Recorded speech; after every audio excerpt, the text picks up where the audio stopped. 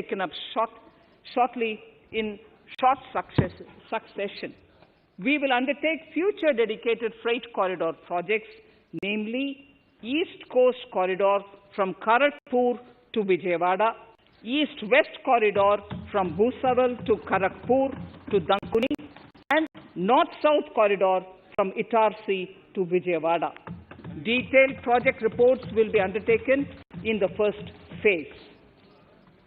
Broad gauge route kilometers, RKM as I referred to, electrified is expected to reach 46,000 kilometers, 46,000 RKM. That is 72% by end of 2021 from 41,548 RKMs on 1st October 2020. 100% electrification of broad gauge routes will be completed by December 2023. For passenger convenience and safety, the following measures are being proposed. We will introduce the aesthetically designed Vista Dome LHB coach on tourist routes to give better travel experience to passengers.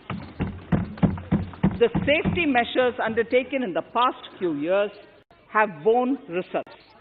To further strengthen this effort, high-density network and highly utilized network routes of Indian Railways will be provided with an indigenously developed automatic train protection system that eliminates train collision due to human error.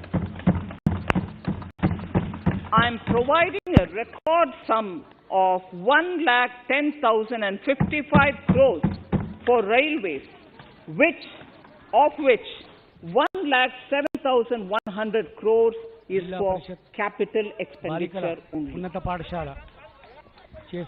Urban infrastructure. We will work towards raising the share of public transport in urban areas through expansion of metro rail network and augmentation of city bus services. A new scheme will be launched at a cost of 18,000 crores to support augmentation of public bus transport services. The scheme will facilitate deployment of innovative PPP models to enable private sector players to finance, to acquire, to operate, and to maintain over 20,000 buses. The scheme will boost the automobile sector, provide fillip to economic growth, create employment opportunities for our youth, and enhance ease of mobility for urban residents.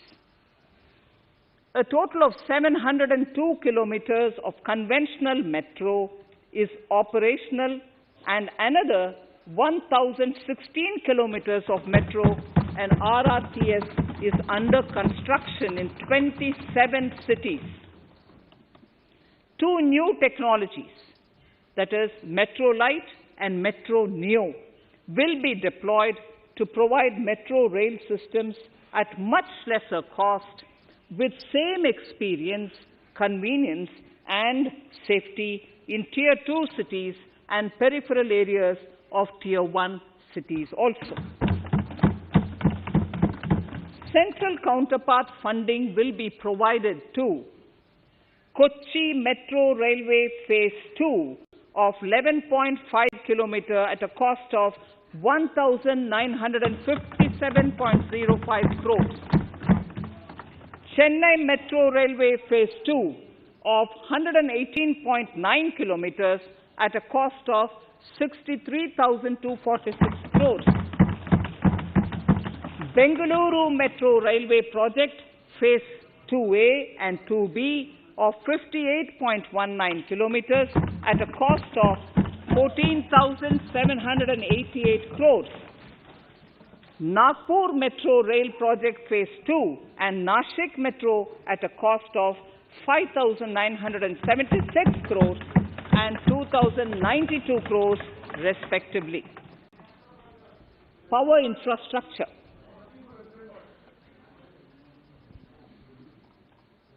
The past 6 years have seen a number of reforms and achievements in power sector.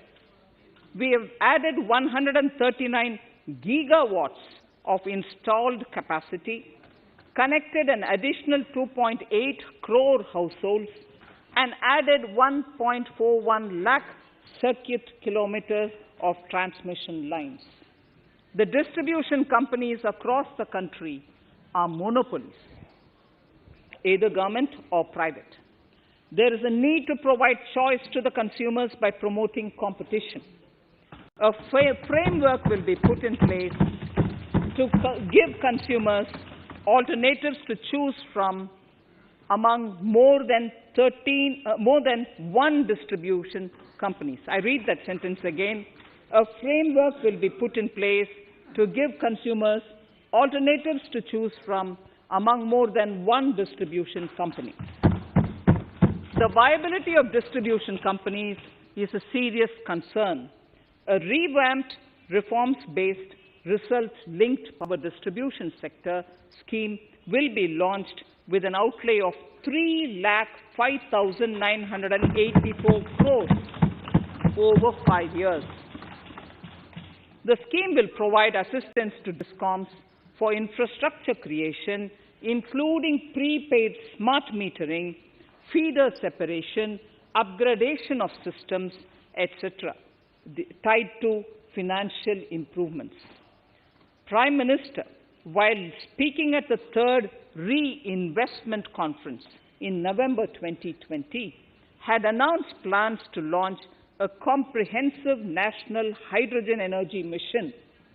It is now proposed to launch a hydrogen energy mission in 2021-22 for generating hydrogen from green power sources. Ports, shipping and waterways. Major ports will be moving from managing their operational services on their own to a model where a private partner will manage it for them. For the purpose, 7 projects worth more than 2,000 crores will be offered by the major ports on private-public partnership mode in FY 21-22. A scheme for promoting flagging of merchant ships in India will be launched by providing subsidy support to Indian shipping companies in global tenders floated by ministries and CPSCs. An amount of 1,624 crores will be provided over 5 years. This initiative will enable greater training and employment opportunities for Indian seafarers, besides enhancing Indian companies' share in global shipping.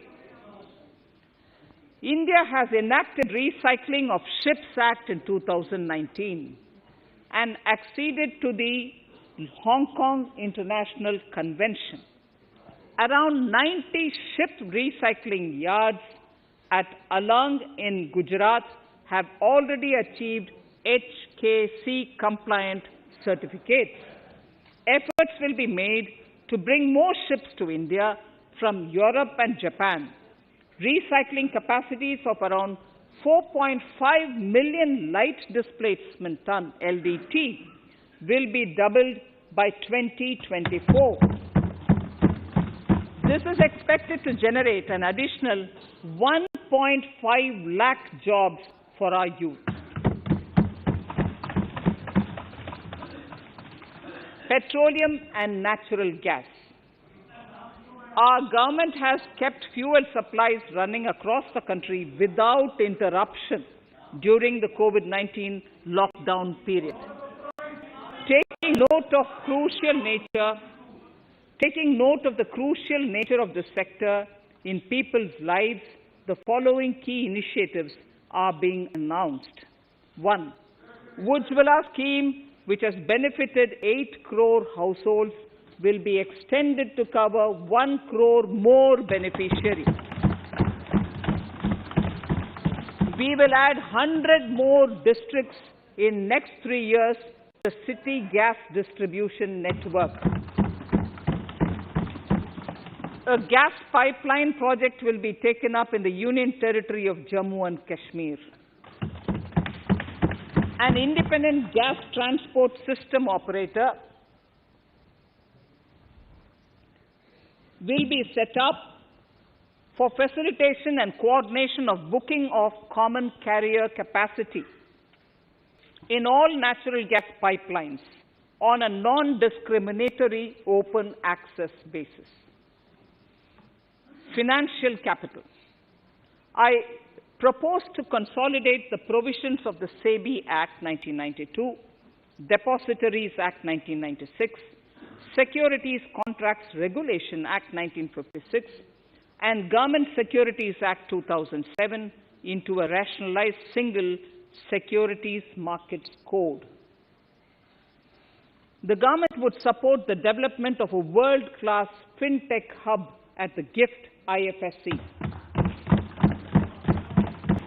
To instill confidence amongst the participants in corporate bond market during times of stress and to generally enhance secondary market liquidity, it is proposed to create a permanent institutional framework.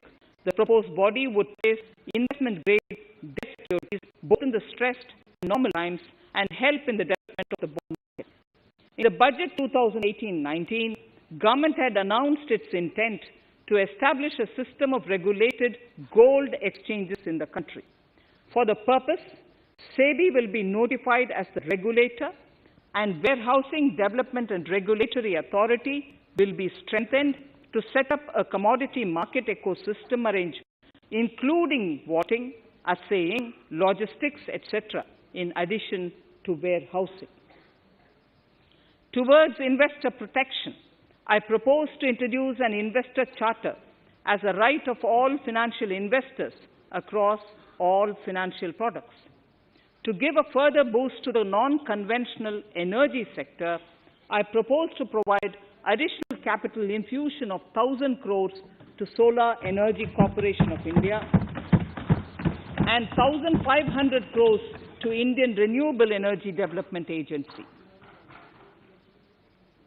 I propose to amend the Insurance Act 1938 to increase the permissible FDI limit from 49% to 74% in insurance companies and allow foreign ownership and control with safeguards. Under the new structure, the majority of directors on the board and key management persons would be resident Indians, with at least 50% of directors being independent directors and specified percentage of profits being retained as general reserve. Stressed asset resolution by setting up a new structure. The high level of provisioning by public sector banks of their stressed assets calls for a measure to clean up the bank books.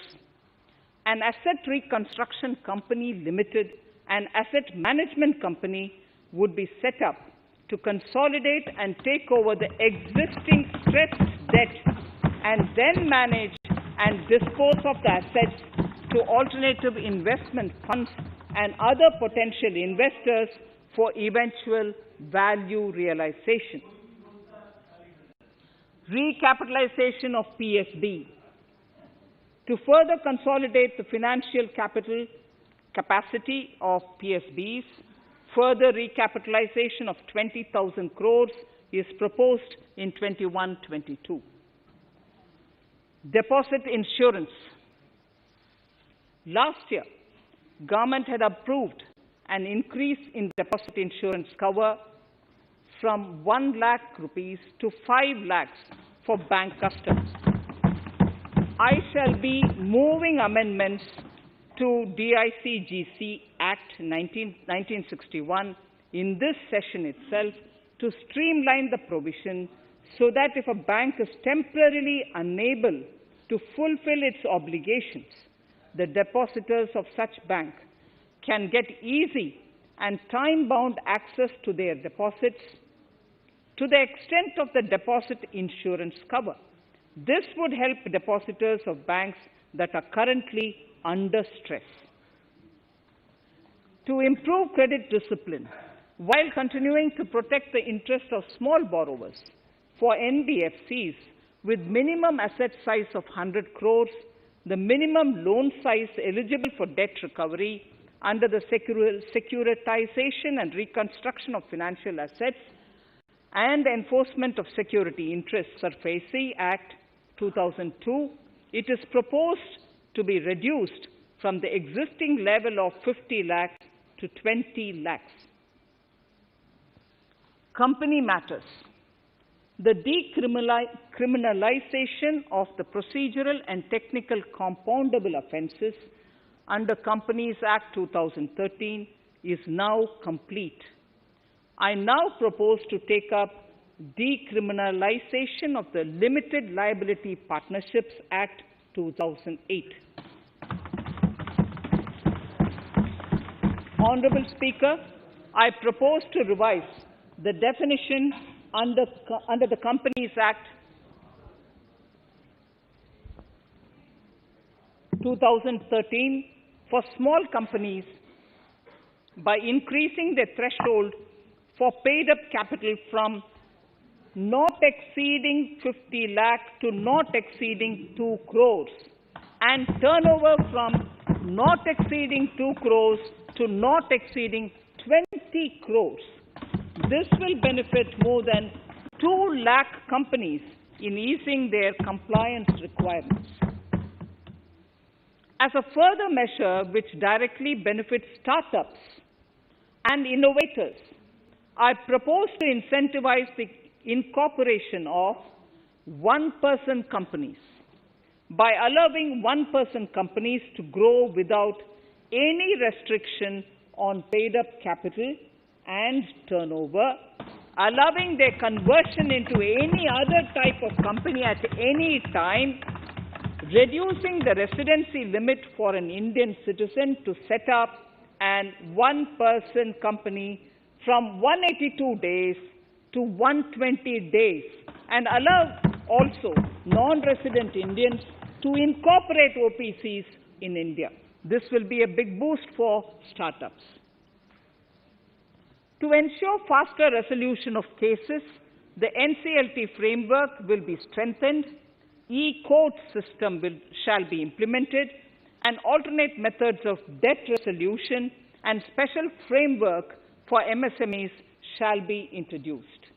During the coming fiscal, we will be launching data analytics, artificial intelligence, machine learning-driven MCA 2.1 version to MCA 21 version 3.0. MCA 21 version 3.0. This version 3.0 will have additional modules for e-scrutiny, e-adjudication, e-consultation, and compliance management. Disinvestment and strategic sale. In spite of COVID-19, we have kept working towards strategic disinvestment. A number of transactions, namely BPCL, Air India, Shipping Corporation of India, Container Corporation of India, IDBI Bank, Bharat Earth Movers Limited, Pawan Hans, Neelachal Ispat Nigam Limited, among others, would be completed in 21-22. Other than IDBI Bank, we propose to take up the 2 public sector banks and 1 general insurance company in the year 21-22. This would require legislative amendments, and I propose to introduce the amendments in this session itself. In 21-22, we would also bring the IPO of LIC, for which I am bringing the requisite amendments in this session itself. In the Atmanirbhar package, I had announced that we will come out with a policy of strategic disinvestment of public sector enterprises. I am happy to inform the House that the government has the government has approved the said policy. The policy provides a clear roadmap for disinvestment in all non-strategic and strategic sectors. We have kept 4 areas that are strategic, where bare minimum CPSEs will be maintained, and rest privatized. In the remaining sectors of all CPSEs will be privatized. The main highlights of the policy are mentioned in Annexure 3. To fast forward the disinvestment policy, I'm asking NITI to work out the next list of centre public sector companies that would be taken up for strategic disinvestment. To similarly incentivize states to take to disinvestment of their public sector companies, we will work out an incentive package of central funds to states. Idle assets will not contribute to Atmanirbhar Bharat. The non-core assets largely consist of surplus land with government ministries and departments and public sector enterprises. Monetizing of land can either be by way of direct sale or concession or by similar means. This requires special abilities, and for this purpose, I propose to use a special purpose vehicle in the form of a company that would carry out this activity. In order to ensure timely completion or closure of sick or loss-making CPSEs, we will introduce a revised mechanism that will ensure timely closure of such units. I have estimated 1,75,000 crores as receipts from disinvestment in BE 21-22.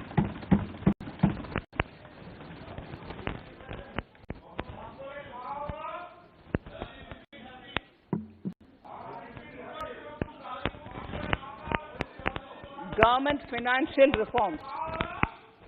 Under the Treasury Single Account, the TSA system, autonomous bodies directly draw funds from the government's account at the time of actual expenditure, saving interest costs. We will extend the TSA system for universal application from 21-22. On the recommendation of the 15th Finance Commission, we have undertaken a detailed exercise to rationalize and bring down the number of centrally sponsored schemes.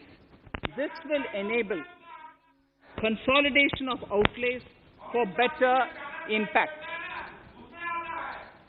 The government is committed to the development of multi-state cooperatives and will provide all support to them. To further streamline the ease of doing business for cooperatives, I propose to set up a separate administrative structure for them. So the third pillar of Atmanirbhar Bharat, inclusive development for aspirational India.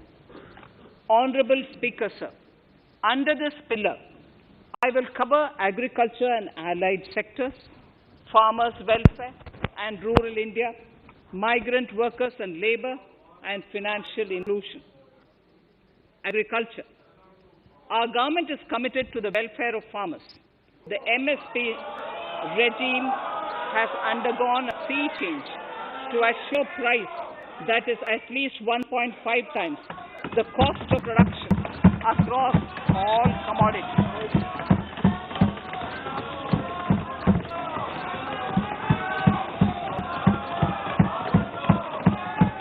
Procurement has also continued to increase at a steady pace.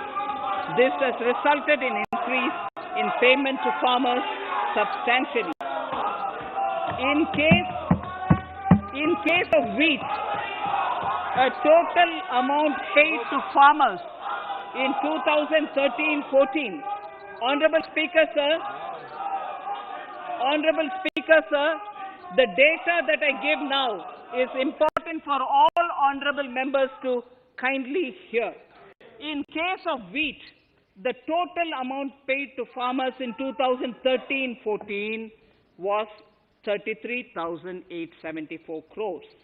In 2019-20, it was 62,802 crores. And even better, Honorable Speaker, in 2020-2021, this amount paid to farmers was 75,060 crores.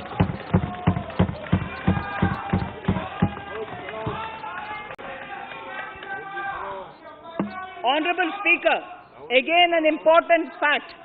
The number of wheat growing farmers that were benefited increased in 2020-21 to 43.36 lakhs compared to 35.57 lakhs in 2019-20.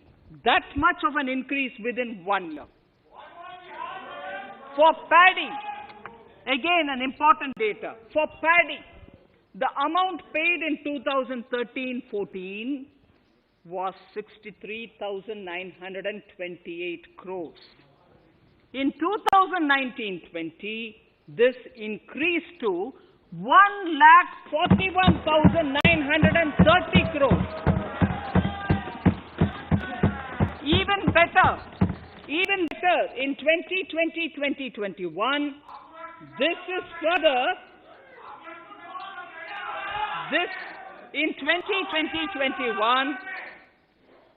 in 2020-21, this is further estimated, and I'm saying this is further estimated because the procurement is ongoing, and therefore I can't give you the final figure. This is further estimated to increase to 1,72,752 crores. The number of farmers benefited increased from 1.24 crores in 2019-20 to 1.54 crores in 2020-21. In the same way, Honorable Speaker, sir, in the case of pulses, the amount paid in 2013-14 was 236 crores. In 2019-20, this was increased to 8,285 crores. Now in 2021, it is at 10,530 crores. More than 40 times increase from 2013-14. The receipts to cotton farmers have seen a stupendous increase from 90 crores in 2013-14 to 25,974 crores I'm giving you data as of 27th January 2021. This is bound to increase. From 90 crores for cotton farmers in 2013-14 to 25,974 crores in 2021. All the details in complete narration is available in Annexure 4 to my speech. Early this year, Honorable Prime Minister had launched the Swamitwa scheme. Under this, a record of rights is being given to property owners in villages. Up till now, about 1.80 lakh property owners in 1,241 villages have been provided cards. I propose during 21-22 to extend this to cover all states and union territories. To provide adequate credit to our farmers, I have enhanced the agricultural credit target to 16.5 lakh crores in this year. We will focus on ensuring increased credit flow to animal husbandry, Pashupalan, dairy, and to Matsyakar, to the fisheries. We are enhancing the allocation to the Rural Infrastructure Development Fund from 30,000 crores to 40,000 crores. The Micro Irrigation Fund, with a corpus of 5,000 crores, has been created under NABARD. I propose to double it by augmenting it by another 5,000 crores. To boost value addition in agriculture and allied products and the exports, the scope of Operation Green Scheme, that is presently applicable to only tomatoes, onions, and potatoes, will be enlarged to include 22 perishable crops. Around 1.68 lakh crore farmers, around 1.68 crore farmers are registered, and 1.14 lakh crores of rupees trade value has been carried out through e-NAMs, the National Agricultural Market.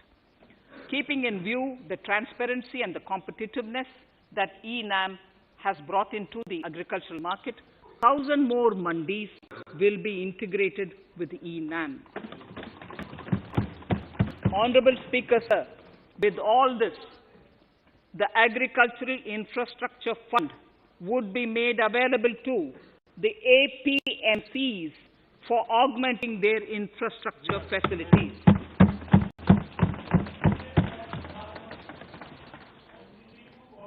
Fisheries. I am proposing substantial investments in the development of modern fishing harbors and fish landing centers. To start with, 5 major fishing harbors, Kochi, Chennai, Visakhapatnam, Paradip, and Petua Ghat, will be developed as hubs for economic activity. We will also develop inland fishing harbors and fish landing centers along the banks of rivers and waterways. Seaweed farming is an emerging sector with potential to transform the lives of coastal communities. It will provide large-scale employment and additional incomes. To promote seaweed farming and cultivation, I propose a multi-purpose seaweed park to be established in Tamil Nadu. Migrant workers and laborers. We have launched the One Nation, One Ration Card scheme through which beneficiaries can claim their rations anywhere in the country. Migrant workers in particular benefit from the scheme. Those staying away from their families can partially claim their ration where they are stationed, while their family in their native places can claim the rest. I am happy to inform you that One Nation, One Ration Card plan is under implementation by 32 states and union territories, reaching about 69 crore beneficiaries. That's a total of 86% beneficiaries covered. The remaining 4 states and UTs will be integrated in the next few months. To further extend our efforts towards the unorganized labor force, migrant workers in particular, I propose to launch a portal that will collect relevant information on gig workers, building and construction workers, among others. This will help formulate health, housing, skill, insurance credit, and food schemes for all migrant workers. We will conclude a process that began 20 years ago with the implementation of the 4 labor codes. For the first time globally, social security benefits will be extended to gig and platform workers.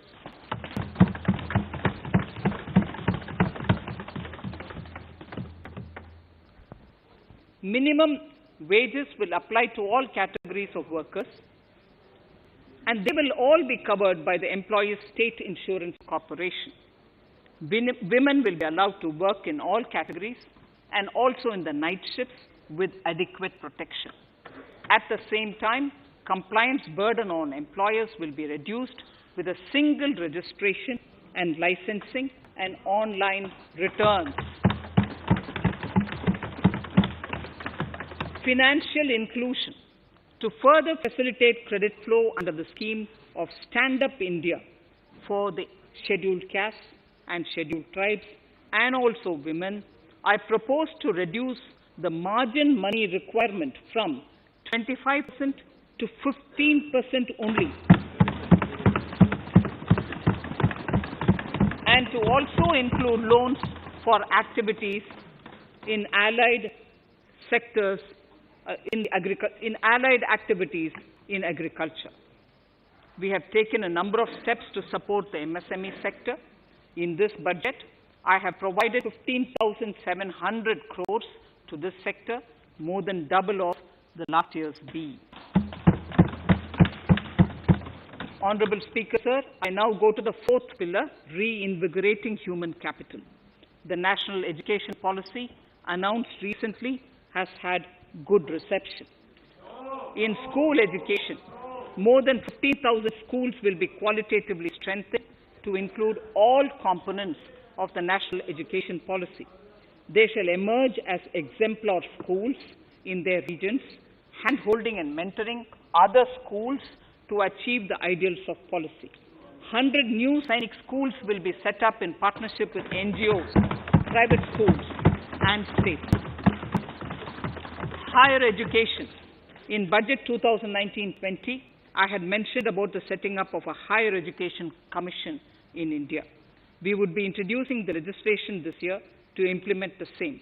It will be an umbrella body having 4 separate vehicles for standard setting, accreditation, regulation, and funding. Many of our cities have various institutions, universities, and colleges supported by the Government of India. Hyderabad, for example, has about 40 major institutions. In 9 such cities, we will create a formal umbrella structure so that these institutions can have better synergy while also retaining their internal autonomy. A GLUE grant will be set aside for this purpose. For accessible higher education in Ladakh, I propose to set up a central university in Leh.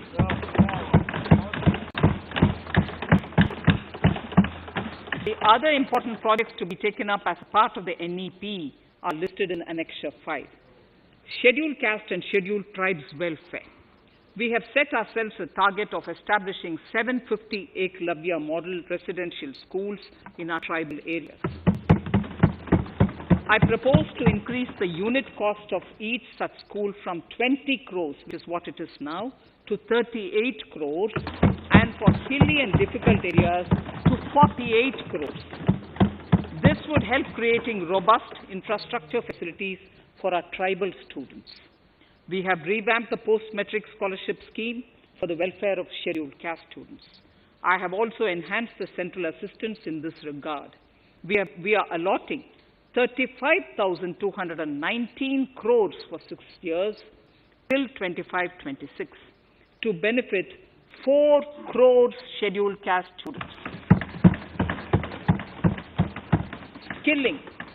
In 2016, we had launched the National Apprenticeship Promotion Scheme. The government proposes to amend the Apprenticeship Act with a view to further enhancing apprenticeship opportunities for our youth. We will realign the existing scheme of National Apprenticeship Training Scheme for providing post-education apprenticeship, training of graduates and diploma holders in engineering. Over 3,000 crores will be provided for this purpose. An initiative is underway, Honorable Speaker, in partnership with the United Arab Emirates to benchmark skill qualifications, assessment, and certification, accompanied by the deployment of certified workforce. We also have a collaborative training, intertraining program between India and Japan to facilitate transfer of Japanese industrial and vocational skills, techniques, and knowledge. We will take forward this initiative with many more countries also.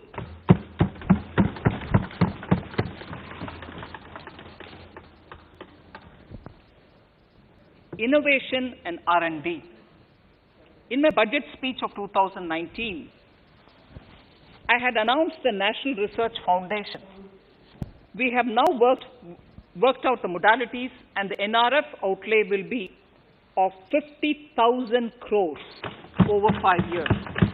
It will ensure that the overall research ecosystem in the country is strengthened with focus on identified national priority thrust areas. There has been a manifold increase in digital payments in the recent past. To give a further boost to digital transactions, I earmarked 1,500 crores for a proposed scheme that will provide financial incentive to promote digital mode of payment. We will undertake a new initiative, National Language Translation Mission. This will enable the wealth of governance and policy-related knowledge on the Internet being made available in major Indian languages.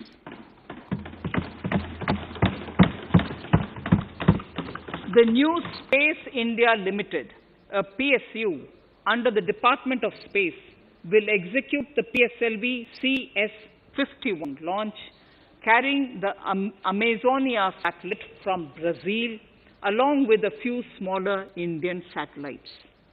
As part of the Gaganyaan mission activities, 4 Indian astronauts are being trained on generic spaceflight aspects in Russia. The first unmanned launch is slated for December 2021. Our oceans are a storehouse of living and non-living resources. To better understand this realm, we will launch a deep ocean mission with a budget outlay of more than 4,000 crores over 5 years. This mission will cover deep ocean survey exploration and projects for the conservation of deep sea biodiversity. I come to the 6th pillar, Honorable Speaker, minimum government, maximum governance. Honorable Speaker, sir, this is the last of the 6 pillars. This will outline plans for reforms in one of our core principles of minimum government, maximum governance. We have taken a number of steps to bring reforms in tribunals in the last few years for speedy delivery of justice. Continuing with the reforms process, I now propose to take further measures to rationalize the functioning of tribunals. We have introduced the National Commission for Allied Healthcare Professionals Bill in Parliament. National Commission for Allied Healthcare Professionals Bill in a Parliament, with a view to ensure transparent and efficient regulation of 56 allied healthcare professionals. Additionally, to bring about transparency, efficiency, and governance reforms in the nursing profession, the National Nursing and Midwifery Commission Bill will be introduced by the government for passing. To have ease of doing business for those who deal with government or CPSCs and carry out contracts, I propose to set up a conciliation mechanism and mandate its use for quick resolution of contractual disputes. This will instill confidence in private investors and contractors. Honorable Speaker, sir, the forthcoming census could be the first digital census in the history of India.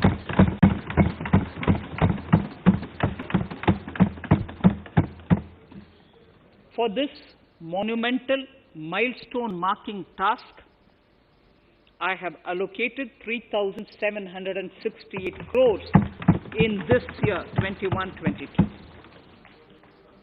Honorable Speaker, Goa is celebrating the Diamond Jubilee year of the state's liberation from Portuguese rule. From the Government of India's side, I propose to grant 300 crores to the Government of Goa for the celebration. I propose to provide 1,000 crores for the welfare of tea workers, especially women and children in Assam and West Bengal. A special scheme will be devised for the same.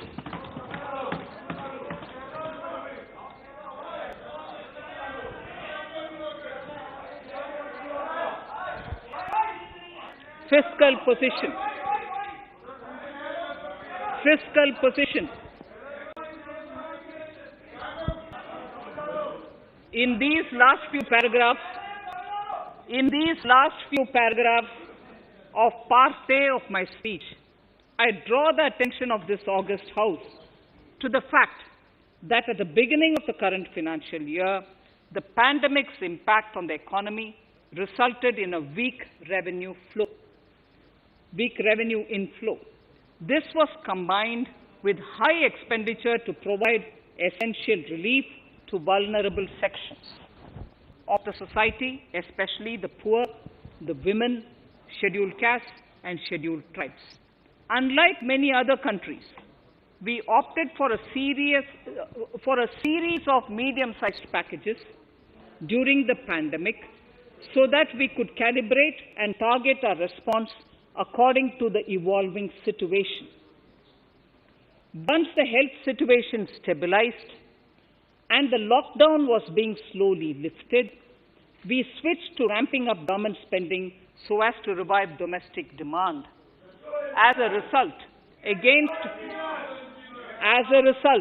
against an original BE expenditure of 30.42 lakh crores for 2020-21, our RE estimates are 34.50 lakhs. 30.42 now within the year going up to 34.5 lakh crores. We have maintained quality of expenditure. The capital expenditure estimated in the RE is 4.39 lakh crores as against 4.12 lakh crores in the BE stage. So the beginning of the year, we had marked only 4.12 lakh, whereas it is 4.39 lakh crores as we end the year. Fiscal deficit in RE 2020-2021 is pegged at 9.5% of the GDP. Fiscal deficit in RE 2020 to 2021 is pegged at 9.5% of GDP. We have funded this through government borrowings, multilateral borrowings, small saving funds, and short-term borrowings. We would need another 80,000 crores, for which we would be approaching the market in these 2 months. We would be needing another 80,000 crores, for which we would be approaching the markets in these 2 months. To ensure that the economy is given the required push, our BE estimates for expenditure in 21-22 are 34.83 lakh crores. This includes 5.54 lakh crores as capital expenditure, an increase of 34.5% over the BE figure of 2020-2021. The fiscal deficit in BE 21-22 is estimated to be 6.8% of the GDP. The gross borrowing from the market for the next year would be around 12 lakh crores. We plan to continue with our path of fiscal consolidation and intend to reach the fiscal deficit level below 4.5% of the GDP by 2025-2026, with a fairly steady decline over the period. We hope to achieve the consolidation by first increasing the buoyancy of tax revenue through improved compliance, and secondly, by increased receipts from monetization of assets, including public sector enterprises and land. The Contingency Fund of India is being proposed to be augmented. The Contingency Fund of India is being proposed to be augmented from 500 crores to 30,000 crores through finance bill. In accordance with the views of the 15th Finance Commission, we are allowing a normal ceiling of net borrowing for the states at 4% of GSDP for the year 21-22. A portion of this ceiling will be earmarked to be spent on incremental capital expenditure. Additional borrowing ceiling of 0.5% of the GSDP will also be provided, subject to conditions. States will be expected to reach a fiscal deficit of 3% of GSDP by 2023-24, as recommended by the 15th Finance Commission. In the July 2019-20 budget, I introduced the Statement 27 on extra budgetary resources. It disclosed the borrowings of the government agencies that went towards funding Government of India schemes and whose repayment burden was on the government. In my 2020-21 budget, I enhanced the scope and coverage of that statement by including the loans provided by government to the FCI, the Food Corporation of India. Taking a step further in this direction, I propose to discontinue the NSSF loan to FCI for food subsidy, and accordingly, budget provisions have been made in RE 2020-21 and in the BE 2021-22. The extra budgetary resource details are at Annexure 6. We know that the FRBM Act mandates fiscal deficit of 3% of GDP to be achieved by 31st March 2020-2021.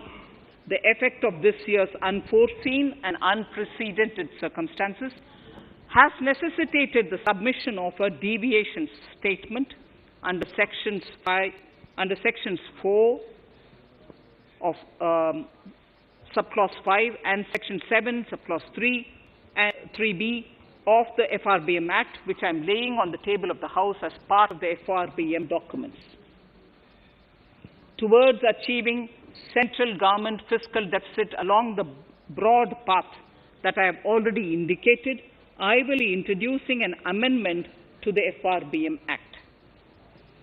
Honourable Speaker, on the 9th of December 2020, the 15th Finance Commission submitted its final report covering the period 2021 to 2026 to the Rashtrapati Ji.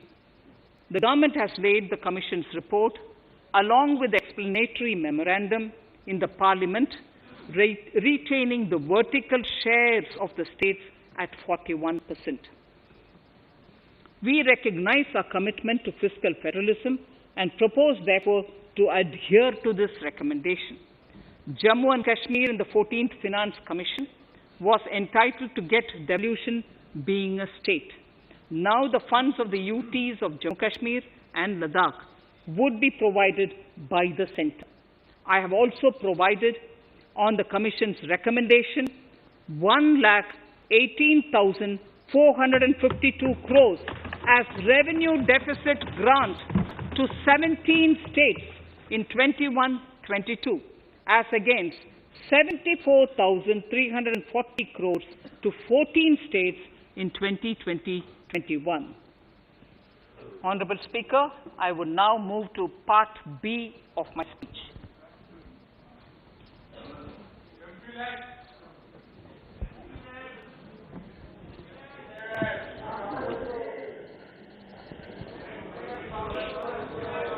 Honourable Speaker, the world is facing a serious challenge of the pandemic and its aftershock.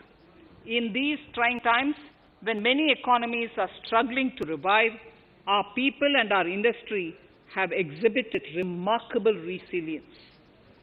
As I mentioned already, post-pandemic, a new world order seems to be emerging, one in which Asia is poised to occupy a prominent position, and India will have a leading role therein. In this scenario, our tax system has to be transparent, efficient, and should promote investments and employment in our country. At the same time, it should put minimum burden on our taxpayers. I borrow the words of Thiruvalluvar, the saint. Yetralum, Eatalum, Kathalum, Katha Vaguthalum, Nalla Balladarasu. A king or a ruler is the one who creates and acquires wealth, protects and distributes it for common good. Tirukkural. Direct tax proposals. Keeping this in mind, the words of Tirukkural, our government introduced a series of reforms in the direct tax system for the benefit of our taxpayers and the economy. Few months prior to the pandemic, in order to attract investments, we slashed our corporate tax rate to make it among the lowest in the world. The dividend distribution tax too was abolished. The burden of taxation on small taxpayers was eased by increasing rebates. In 2020, the return filers saw a dramatic increase to 6.48 crores from 3.31 crores in 2014. In the direct tax administration, we had recently introduced the faceless assessment and faceless appeal. I now seek to take further steps to simplify the tax administration, ease compliance, and reduce litigation. Relief to senior citizens. I begin my direct tax proposals by offering my pranam to our senior citizens. Many of them, despite having foregone several basic necessities of their own, have strived to build our nation. Now in the 75th year of independence of our country, when we continue our endeavor with renewed vigor, we shall reduce compliance burden on our senior citizens who are 75 years of age and above. For senior citizens who only have pension and interest income, I propose exemption from filing their income tax returns.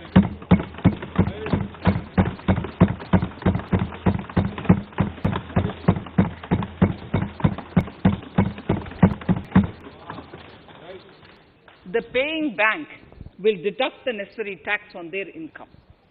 Reduction in time for income tax proceedings. This is a very key announcement if you are asking.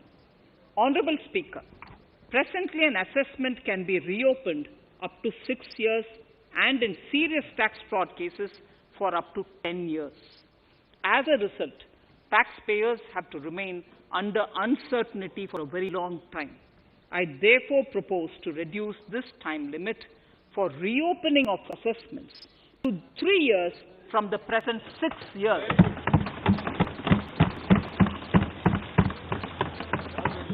In serious tax evasion cases too, only where there is evidence of concealment of income of 50 lakh or more in a year. In serious tax evasion cases too, only where there is evidence of concealment of income of 50 lakh or more in a year can the assessment be reopened up to 10 years. Even this reopening can be done only after the approval of the Principal Chief Commissioner, the highest level of Income Tax Department. Setting up the Dispute Resolution Committee. Honorable Speaker, it has been the resolve of this government to reduce litigation, which mars the present taxation system. The government came out with the Direct Taxation Vivad Se Vishwas scheme to give taxpayers an opportunity to settle long-pending disputes and be relieved to further strain on their time and resources. The response from taxpayers has been the best ever, as over 110,000 taxpayers have already opted to settle tax disputes of over 85,000 crores under the scheme. To further reduce litigation for small taxpayers, I propose to constitute a dispute resolution committee for them, which will be faceless to ensure efficiency, transparency, and accountability. Anyone with a taxable income up to 50 lakh and disputed income up to 10 lakh shall be eligible to approach the committee. Faceless IT-AT. For ease of compliance and to reduce discretion, we are committed to make the taxation processes faceless. The government has already introduced faceless assessment and appeal this year. The next level of income tax appeal is the Income Tax Appellate Tribunal. I now propose to make this tribunal faceless.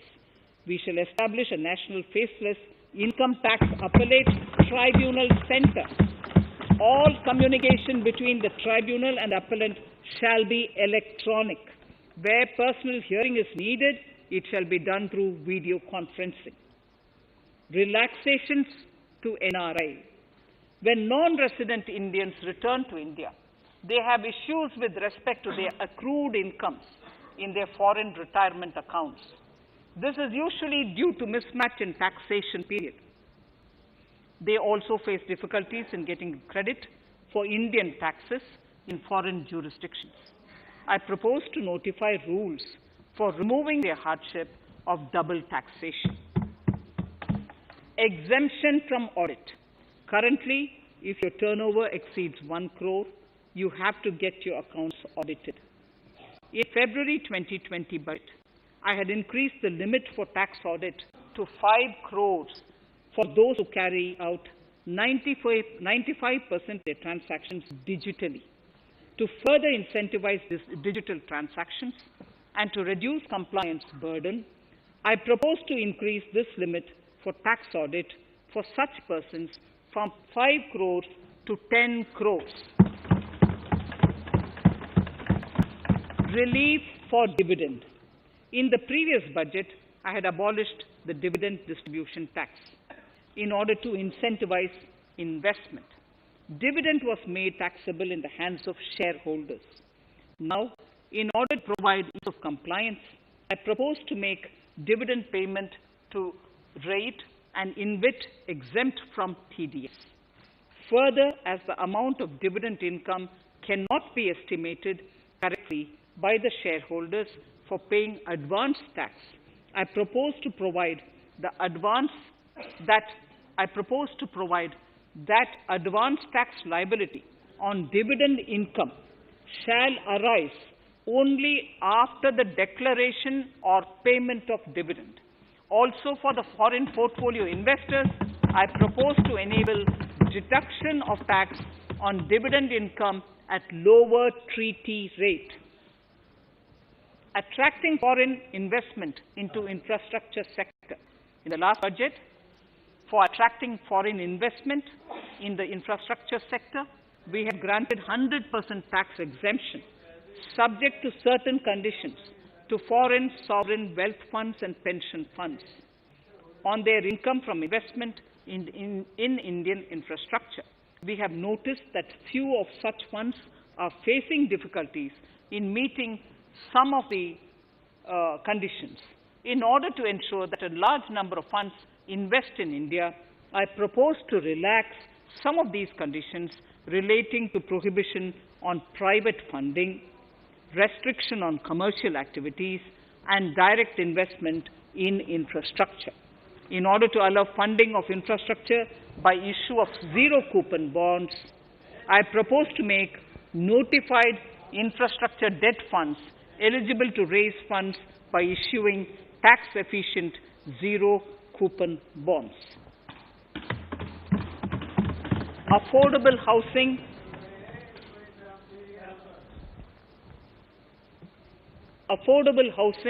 and rental housing. This government sees housing for all and affordable housing as priority areas. In July 2019 budget, I provided an additional deduction of interest amounting to 1.5 lakh for loan taken to purchase an affordable house. I propose to extend the eligibility of this condition by 1 more year to 31st March 2022. The additional deduction of 1.5 lakh shall therefore be available for loans taken up to 31st March 2022 for the purchase of affordable houses. Further, to keep up the supply of affordable houses, I propose that the affordable housing projects can avail a tax holiday for 1 more year till 31st March 2022. These are available now for projects also. We are committed to promote supply of affordable rental housing for migrant workers. For this, I propose to allow tax exemption for notified affordable rental housing projects. Tax incentives to IFSC. As I mentioned in part A of this speech, the government is committed to making the International Financial Services Center in GIFT City a global financial hub. In addition to the tax incentives already provided, I propose to include, among others, tax holiday for capital gains for aircraft leasing companies, tax exemption for aircraft lease rentals paid to foreign lessors, tax incentive for relocating foreign funds in the IFSC, and to allow tax exemption to the investment division of foreign banks located in the IFSC. Pre-filling of returns.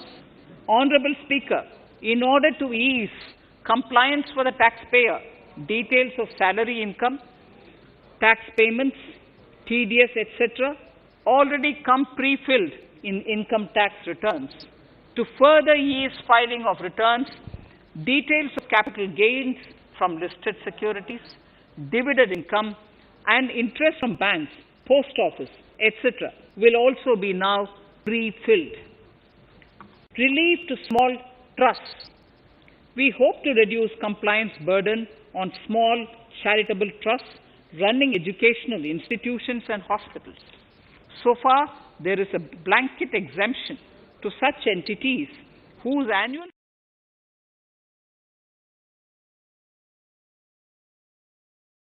సమాజానికి ఉపయోగపడే ప్రపంచానికి ఉపయోగపడే ప్రయోజకులుగా తయారు చేసింది ఈ జిల్లా పరిషత్ high school Geetanagar. అట్లాంటి ఈ పాఠశాల దాదాపు సంవత్సరంన్నర కిందట నేను ఆనాడు ఏదో ఒక ఫంక్షన్కి వచ్చినప్పుడు, ఆ తర్వాత ఇక్కడ ఉపాధ్యాయ మిత్రులు కూడా చెప్పినప్పుడు, ఇక్కడ ఉన్న పరిస్థితి, మౌలిక వసతుల లేకపోవడం, ఇవన్నీ చూసిన తర్వాత ఏదో సందర్భంలో బాగా చేయాలనే ఒక ఆలోచన ఉండింది. అనుకోకుండా ఈ కరోనా మహమ్మారి రావడం, మొత్తం అన్ని విద్యా సంస్థలు మూతపడడం, దాంతో పెద్దలు చెప్తారు ఎప్పుడు, every adversity also presents an opportunity. అంటే ఒక ఇంతకుముందు చెడులో మంచి వెతుక్కోమని చెప్పారు, అదే పద్ధతిలో ప్రపంచం మొత్తం ఈ మహమ్మారి వల్ల బాధపడుతున్నప్పటికీ దీనిలోంచి కూడా ఏమైనా మంచి తీసుకోవచ్చు అన్న ఆలోచనతో మనం పూర్తి స్థాయిలో దీన్ని పునర్నిర్మాణం చేస్తే ఎట్లా ఉంటుందని చెప్పి మా తమ్ముడు సంకేత్ కొండూరి గిరి తెలంగాణ సంబంధించి వారితో కలిసి దీనికి రూపకల్పన చేయడం జరిగింది. చేసిన తర్వాత దాదాపు ఒక 3.5 కోట్ల రూపాయలు పడతాయి. ప్రభుత్వ నిధులతో ఇదే పని చేస్తే ప్రభుత్వంలో జరిగినట్టు మళ్ళీ కాంట్రాక్ట్ తర్వాత అన్ని రకాల టైం కావడం, ఇంకా రకరకాల కార్యక్రమాలు జరుగుతాయి. అలా కాకుండా చాలా సంస్థలు ఇవాళ కార్పొరేట్ సోషల్ రెస్పాన్సిబిలిటీలో భాగంగా విద్యకు ముఖ్యంగా డబ్బులు కేటాయించడానికి ముందుకు వస్తూ ఉన్నారు. మరి మీరు అడిగితే తప్పకుండా సాయం చేస్తారు అని చెప్పి సంకేత్ గారు, అదే రకంగా కలెక్టర్ గారు కృష్ణభాస్కర్ గారు చెప్పడం, దాంతో నేను మన దివి ల్యాబ్స్ సంబంధించిన కిరణ్ దివి గారితో మాట్లాడి వారు వెంటనే ఒప్పుకోవడం, మరి ఈరోజు సుబ్బారావు గారు కూడా వచ్చారు, వారికి కూడా హృదయపూర్వక ధన్యవాదాలు. దివి ల్యాబ్స్ నుంచి వారు ఈ డబ్బులు మనకు కేటాయించడంతో ఈరోజు ఈ పాఠశాలను అపురూపంగా దాదాపు 40 గదులు, అందులో 20 తరగతి గదులు, స్టాఫ్ రూము, ప్రిన్సిపల్ రూమ్, నాకు అన్నిటికన్నా బాగా నచ్చింది డైనింగ్ హాల్. ఒకటేసారి 400 మంది కూర్చొని తినే విధంగా బ్రహ్మాండమైన డైనింగ్ హాల్ పిల్లల కోసం కట్టుకున్నాం.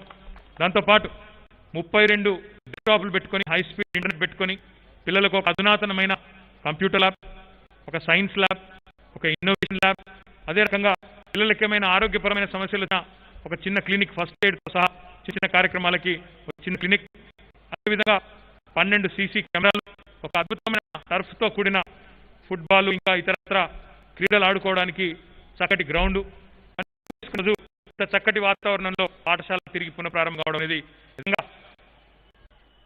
శాసనసభ్యుడిగా, ఒక మంత్రిగా ప్రజలు అవకాశం ఇచ్చినప్పుడు ఏమేమో పనులు చేస్తూ ఉంటాం, డబ్బులు వస్తాయి, మంజూరు చేస్తూ ఉంటాం, పనులు చేస్తూ ఉంటాం. కానీ మనసుకు సంతృప్తినిచ్చే పనులు చాలా కొన్ని మాత్రమే ఉంటాయి. అందులో ఖచ్చితంగా ఇది అగ్రభాగానే ఉంటుందని మాత్రం చెప్పగలను.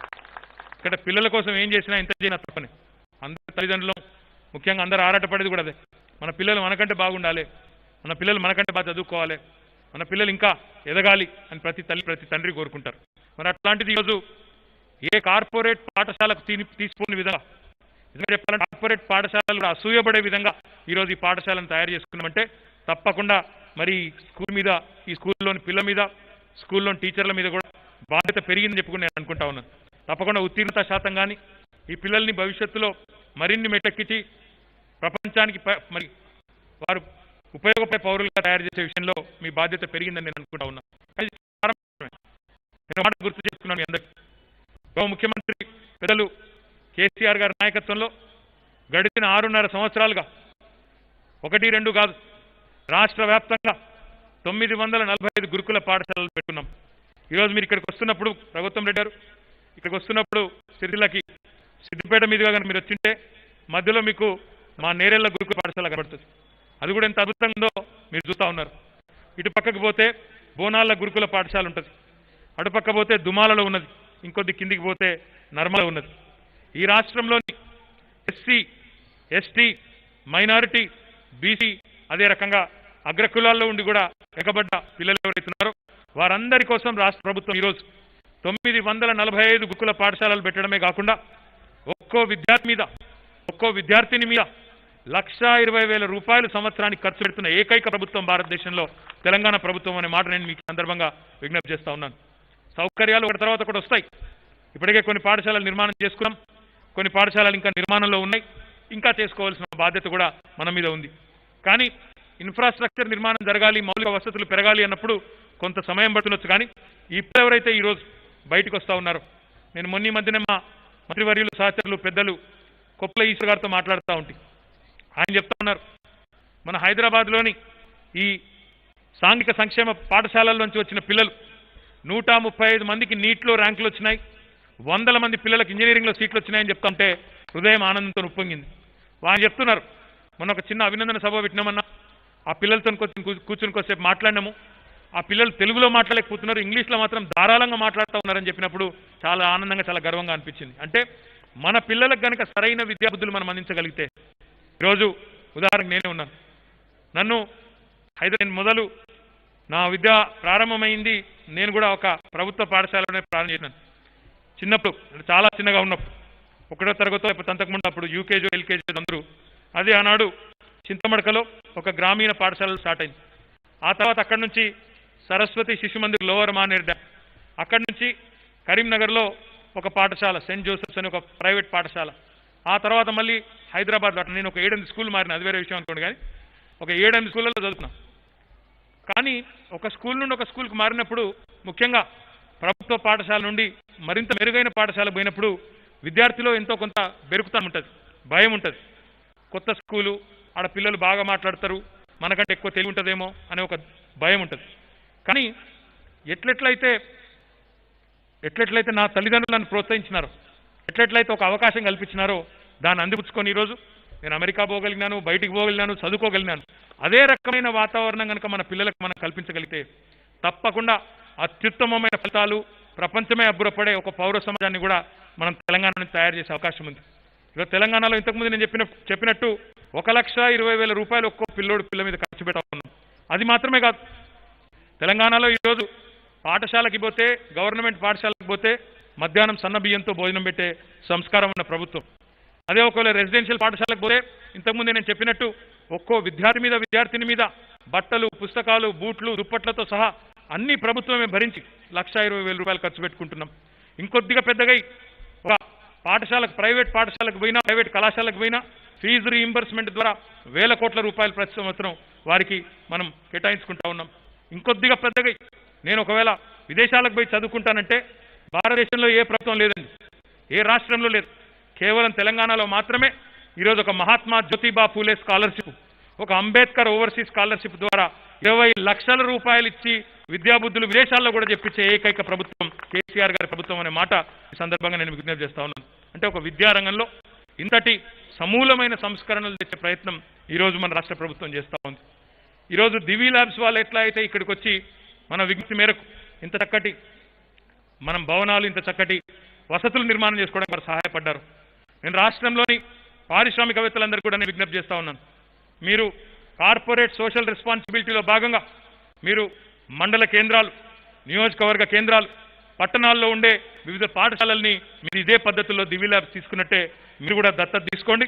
ప్రభుత్వంతో కలిసి పనిచేయడానికి ముందుకు రండి. పూర్తి స్థాయిలో ప్రభుత్వం సహకరించడానికి కూడా సిద్ధంగా ఉంది. ప్రభుత్వ పరంగా కేటాయించే నిధులు కేటాయించుకోవడంతో పాటుగా మనం ఈ రకంగా ఈ పబ్లిక్ ప్రైవేట్ పార్ట్నర్షిప్ మోడ్లో, ఎందుకంటే సామాజిక బాధ్యతగా కార్పొరేట్ కూడా ముందుకు వచ్చినప్పుడు డెఫినెట్గా మరింత మార్పు, మరింత వేగంగా వచ్చే అవకాశం కూడా ఉంటుంది. ఈ మాట ఎందుకంటా ఉన్నా అంటే, ఇదే పని మనం ప్రభుత్వ రంగంలో చేయాలి అంటే ఇంత వేగంగా ఈ నిర్మాణం పూర్తయ్యేది కాదు, కనీసం 2 ఏళ్ళ 3 ఏళ్ళ పట్టేది ప్రభుత్వం ద్వారా చేసింటే. అట్లా కాకుండా ప్రైవేట్ ద్వారా చేసుకున్నాం కాబట్టి ఇంత వేగంగా పిల్లలు మళ్ళీ బడికి వచ్చే లోపల అద్భుతమైన ఒక పాఠశాలను ఈరోజు ఆవిష్కరించుకోగలుగుతా ఉన్నాం. నేను పిల్లలకు కూడా విజ్ఞప్తి చేస్తా ఉన్నా, మీకోసం ఇందులో అద్భుతమైన లైబ్రరీ ఉంది, 3,000 పుస్తకాలు ఉన్నాయి, 32 కంప్యూటర్స్ ఉన్నాయి, మీకోసం సైన్స్ ల్యాబ్ ఉంది, ఇన్నోవేషన్ ల్యాబ్ ఉంది. మీరు కేవలం ఉద్యోగం కోసమే చదివే చదువు కాకుండా 10 మందికి ఉద్యోగాలు ఇచ్చే దిశగా మీరు కూడా చదువుకోవాలని, 10 మందికి ఉపాధి కల్పించే దిశగా మీరు కూడా ఆలోచించాలని, కొత్త కొత్త ఆలోచనలు, ప్రశ్నించే తత్వాన్ని అలవర్చుకోవడం. ఎవరైనా ఏదైనా చెప్తే కేవలం వినడమే కాకుండా ఇట్లా ఎందుకుంది, ఇట్లానే ఎందుకు ఉండాలి అని ప్రశ్నించే తత్వం కూడా అలవర్చుకోవాల్సిన బాధ్యత కూడా చిన్నతనం నుంచే మనకుంటే, ఆ తత్వం కూడా బోధపడితే డెఫినెట్గా మరింత మన పరిధి కూడా, మన మానసిక పరిధి కూడా పెరుగుతుంది. ప్రత్యేకంగా ఈ గ్రౌండ్ కూడా ఇంత అందంగా ఎందుకు చేసినామంటే, పిల్లలకు కేవలం చదువులే కాదు, మానసిక ఉల్లాసం మాత్రమే కాదు, ఫిజికల్ లిటరసీ కూడా కావాలి.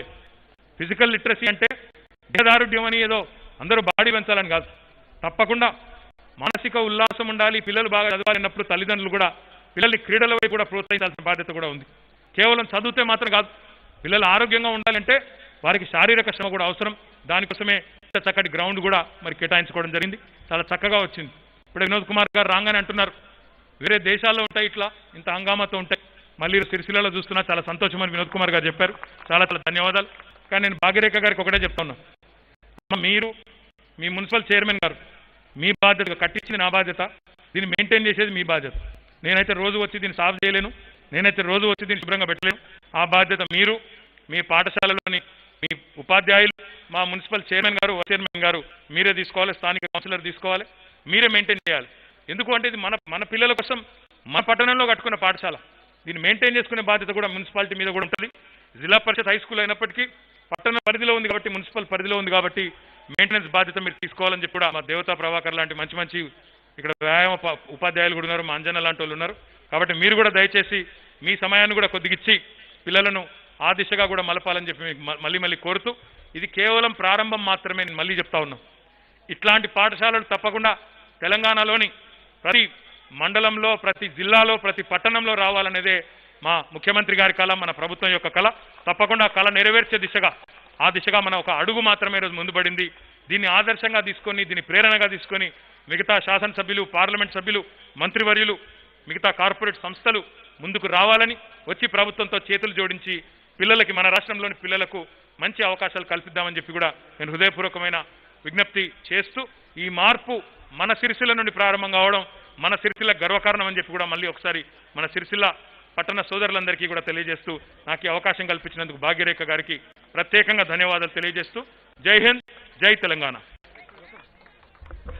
అందరూ ఎక్కడ వాళ్ళు అక్కడే ఉండండి, కొంచెం ముందు కార్యక్రమం ప్లీజ్, ఎవరు డిస్టర్బ్ కావద్దు.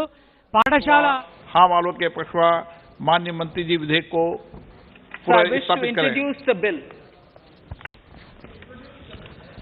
Shri Prahlad Joshi ji, with your permission, I rise to present the 18th report of Business Advisory Committee. माननीय सदस्यगण, माननीय वित्त मंत्री जी के बजट भाषण की प्रतियां प्रकाशक फलक पर उपलब्ध है. सदस्य अपनी प्रति प्रकाशन फलक से प्राप्त कर सकते हैं.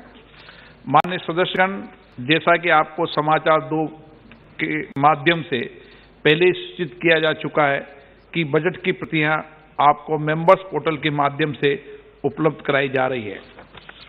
सभा की कार्रवाई मंगलवार दिनांक 2 फरवरी 2021 को दोपहर 4 बजे तक के लिए स्थगित की जाती है.